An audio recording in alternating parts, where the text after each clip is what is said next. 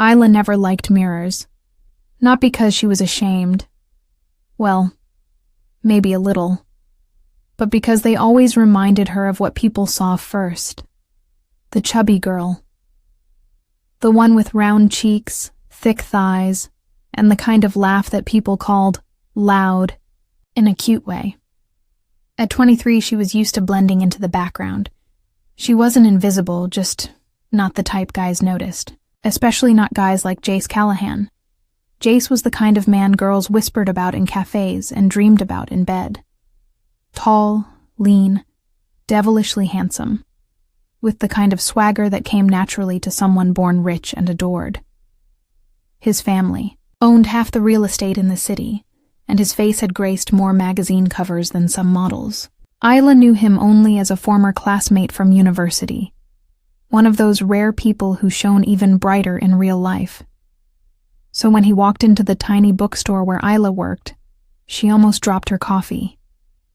"Hi," he said, in that low, smooth voice that made it hard to think clearly. Isla, right? Her heart thumped like it had no rhythm. Yeah. That's me." She tried to smile, but only managed a confused half grin. "Do I know you?" He chuckled, flashing that annoyingly perfect smile. "We had a class together in junior year. Marketing 302. You helped me with a project once." She didn't remember, but she nodded anyway. "Right, that's me. The project. Helper." He leaned against the counter like this was a casual conversation. "I need your help again, but not with marketing." She blinked. "What kind of help?" Jace took a deep breath, glanced around, then leaned in. "I need you to pretend, to be my girlfriend." Silence. Absolute silence. "What?" "Just for a month," he continued, his tone almost pleading. "My parents are flying in from Europe, and they've got this whole arranged marriage thing planned. I need to convince them I'm already with someone they'd never pick. Someone like... me?" Isla asked, unable to keep the hurt out of her voice. "I didn't mean it that way," he said quickly. "You're smart, funny, and real. That's exactly what they'd never expect. They want a model or some heiress. But if they see me genuinely happy with someone like you, they'll back off." She crossed her arms. "Someone like me?" "You know what I mean," he said, not unkindly. "You're refreshingly different." That sounded suspiciously like not skinny. But instead of yelling at him, Isla found herself weirdly intrigued. "So, you want me to be your fake girlfriend?" she said slowly. "So you can get out of marrying a European princess?" "Exactly. Why me?" Jace hesitated. "Because you're the only one I trust not to fall for me." She stared at him. He backtracked. "Okay, that came out wrong. I meant, you seem grounded. You wouldn't play along just to get something out of it. You're not fake. That matters." She laughed bitterly. "And what's in it for me?" "I'll pay you. $5,000 for the month. And I'll buy you new clothes, take you to dinners, events, full treatment. You'll get to live a little. $5,000.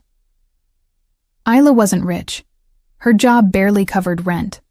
That money would mean she could finally fix her car, pay off that dental bill, and maybe even take a break from struggling.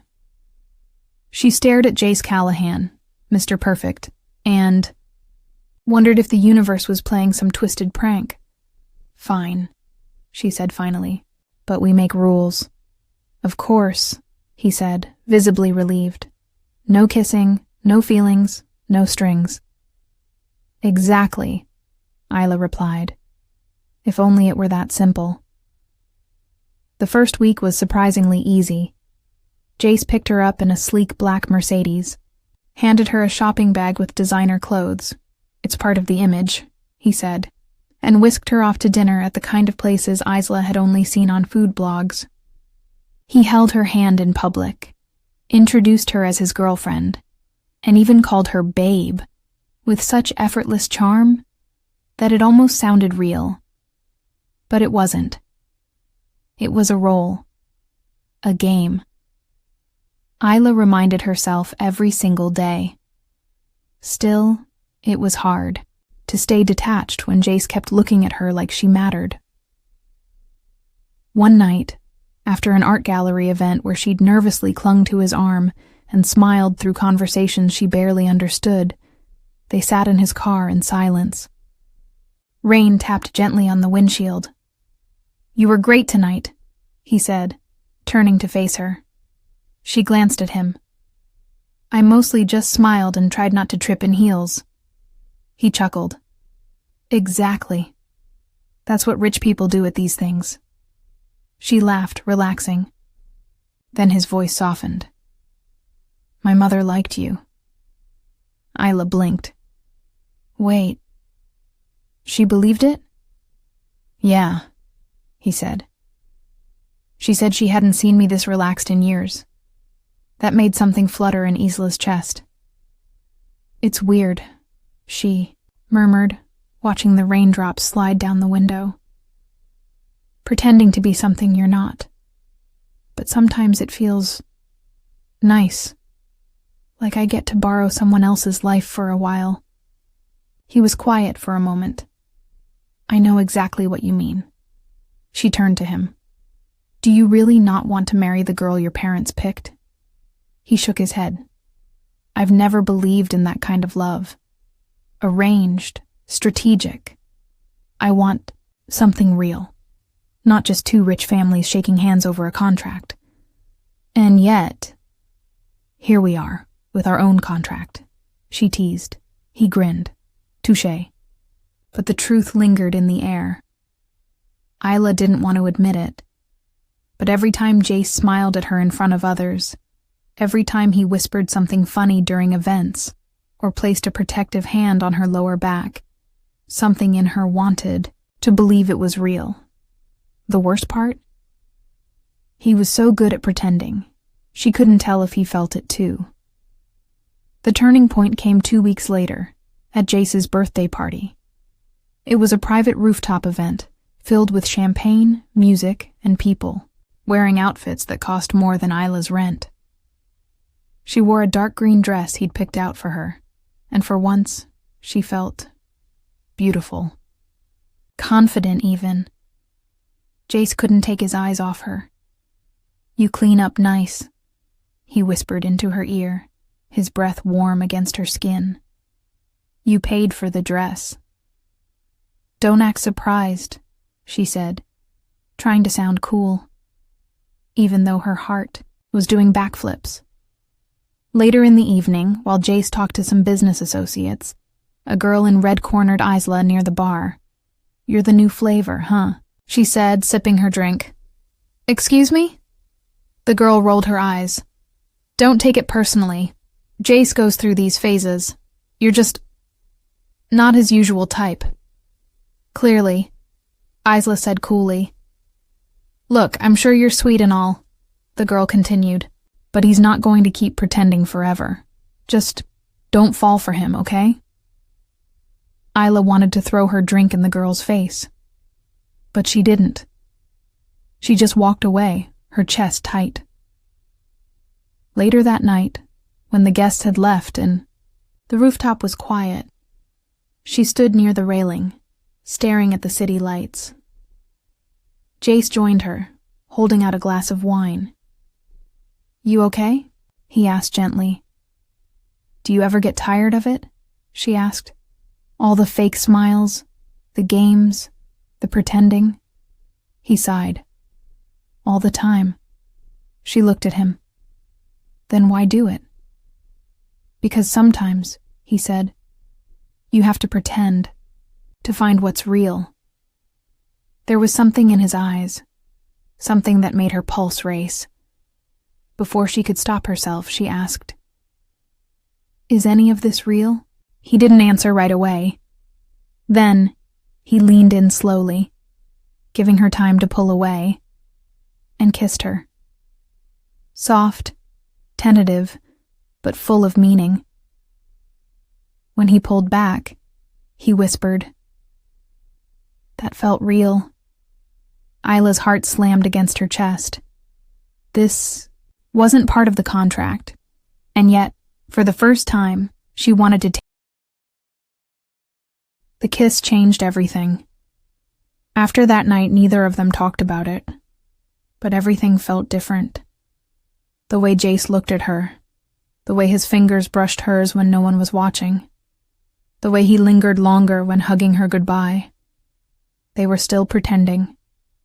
But somewhere between gallery dates and Sunday brunches with his parents, the line between act and truth blurred, and Isla was scared. Scared that her feelings weren't fake anymore. Scared that his were. One afternoon, Jace took her to his family's country estate.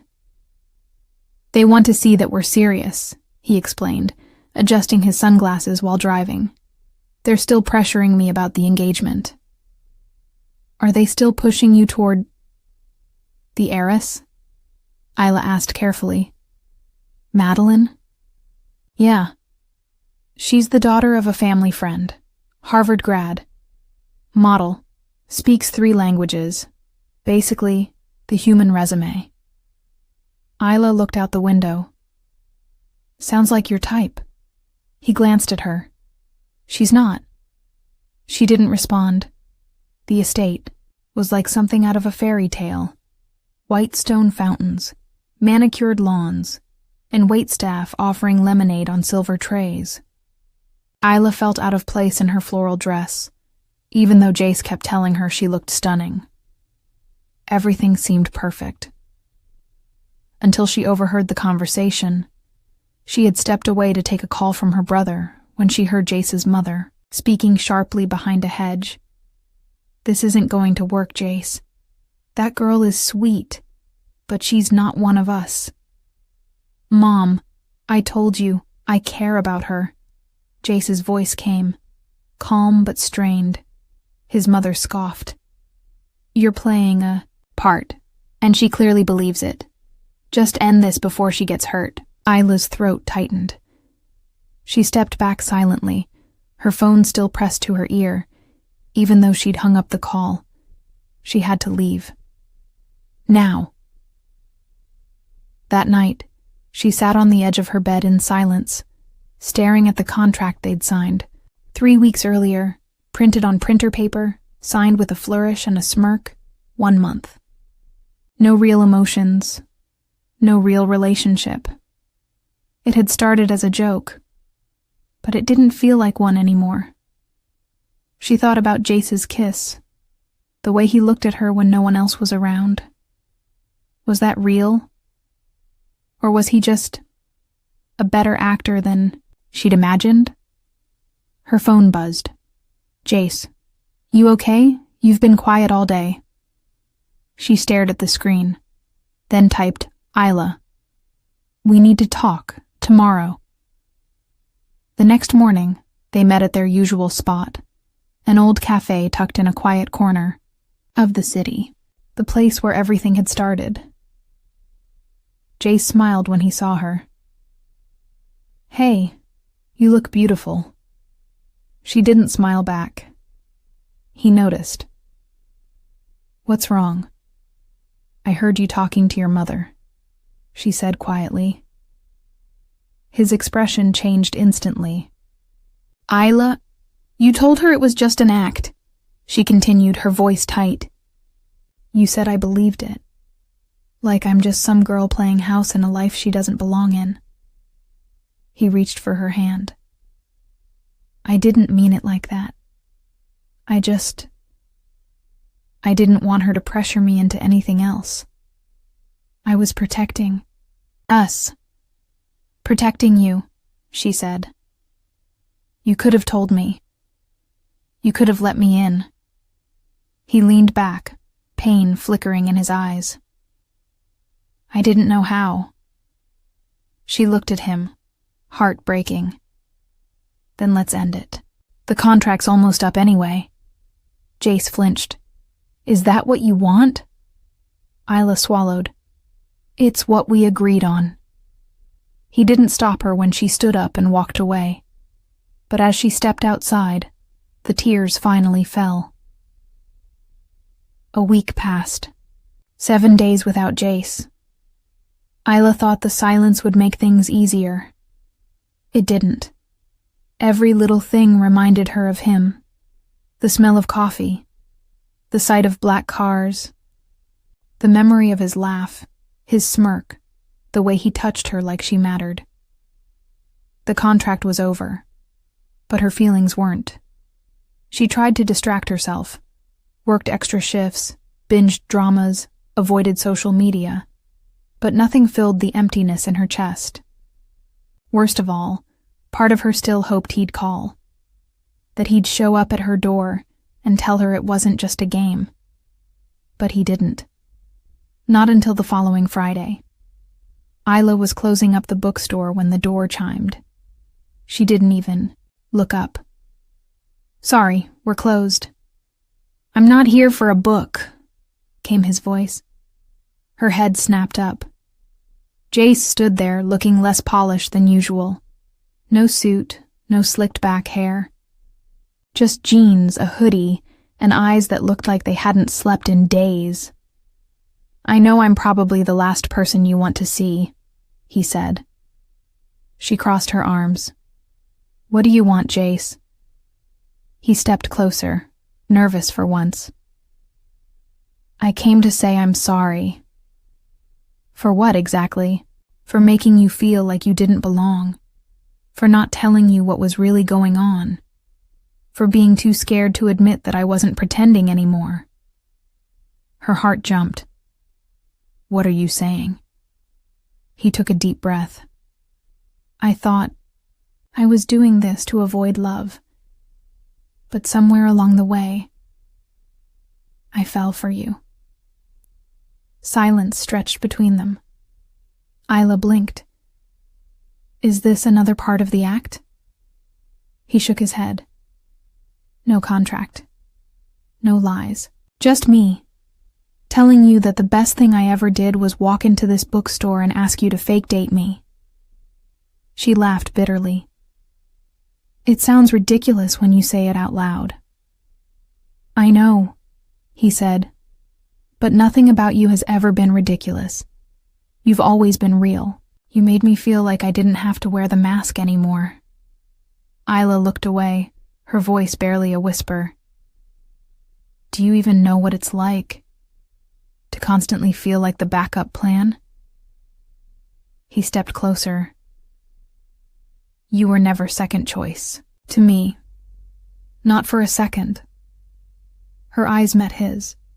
There was no smug charm this time. Just honesty. Raw, open, vulnerable. Then prove it, she whispered. Without hesitation, he reached into his coat pocket and pulled out a folded piece of paper. She took it and unfolded it slowly. It was their original contract, ripped in half. I don't want terms anymore, he said. I don't want fake. I want us. Her throat tightened. You're really doing this. I'm really doing this. He took her hand. I don't care what my parents say. I don't care about arranged marriages or image or any of it. I want you. The girl who reads fantasy novels behind the counter. The one who snorts when she laughs. The one who made me fall in love without even trying. Isla stared at him, eyes shining.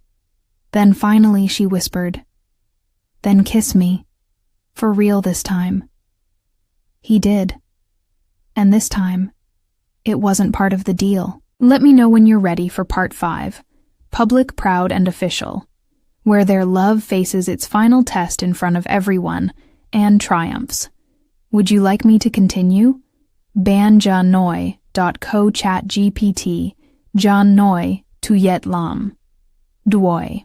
Jai Lafan 5, 1002 Chua Kau Chuyen Ngon Teen, Reluctant Love Contract. Part 5, Public, Proud, and Official. Jace didn't waste time. The next week, he invited Isla to attend a charity gala as his official date. No contracts. No pretending. Just them. When he picked her up, she wore a deep burgundy dress that hugged her curves perfectly. Her curls framed her face, and she looked like a goddess. Jace stared a little too long. You look... He cleared his throat. Like the woman I've been dreaming about since the day we met. She laughed. Smooth. He smiled. Nervous? A little. What if people talk? Let them, he said, offering his arm. I want the whole world to know. The gala was packed. City elites, media outlets, his parents, and yes, her, Madeline, the girl he was once meant to marry. All eyes turned when Isla entered the room, her hand in Jace's. She walked tall.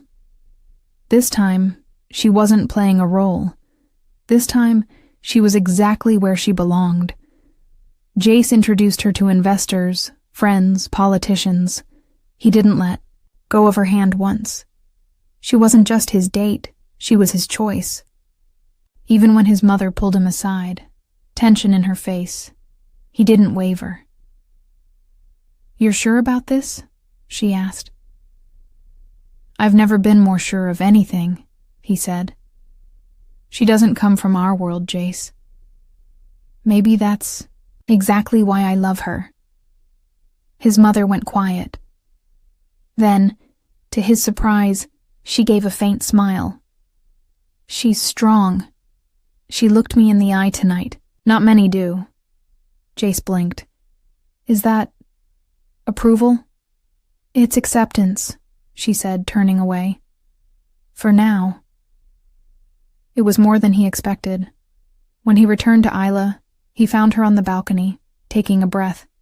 He wrapped his arms around her from behind. You okay? He whispered. She leaned back into him. This is the first time I've ever felt like I belonged in a room like that. You belonged long before this night. She smiled. So, what happens now? He turned her gently to face him. Now, he said, I stop calling you my fake girlfriend. And start calling you what? She teased. He took a deep breath. My future. Her eyes widened. Then he pulled a small black box from his pocket. Too soon? He asked nervously. She blinked. Are you serious? It's not an engagement, he said quickly. Just a promise. That this isn't temporary. That I'm in this with you. For real. She stared at the ring. A simple band. Not flashy, but elegant. Timeless. Then she looked up, tears in her eyes. 3 months later, the bookstore was quiet, filled with the soft hum of jazz music and the scent of cinnamon-sprinkled coffee. Isla stood on a stepladder, rearranging a shelf of romance novels, when the bell above the door chimed. She turned, already smiling. You're early. Jace grinned as he stepped inside, holding 2 drinks. You said 5 p.m., it's 4:59.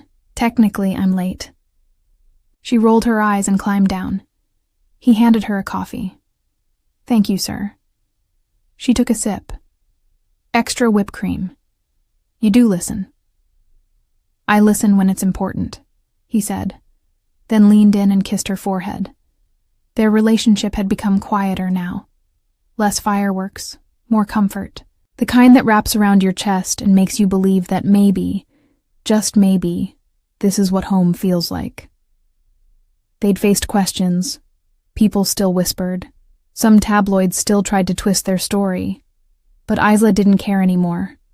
Because when you've lived your whole life being told you're too much of this and not enough of that, being truly loved, exactly as you are, feels like rebellion. And Jace?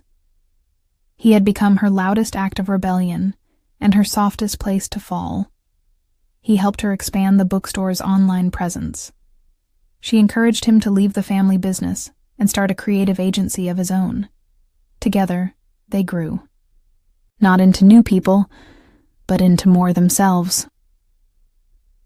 One Sunday morning, they lay tangled in each other on her couch, the rain tapping gently on the window. Isla traced circles on his chest.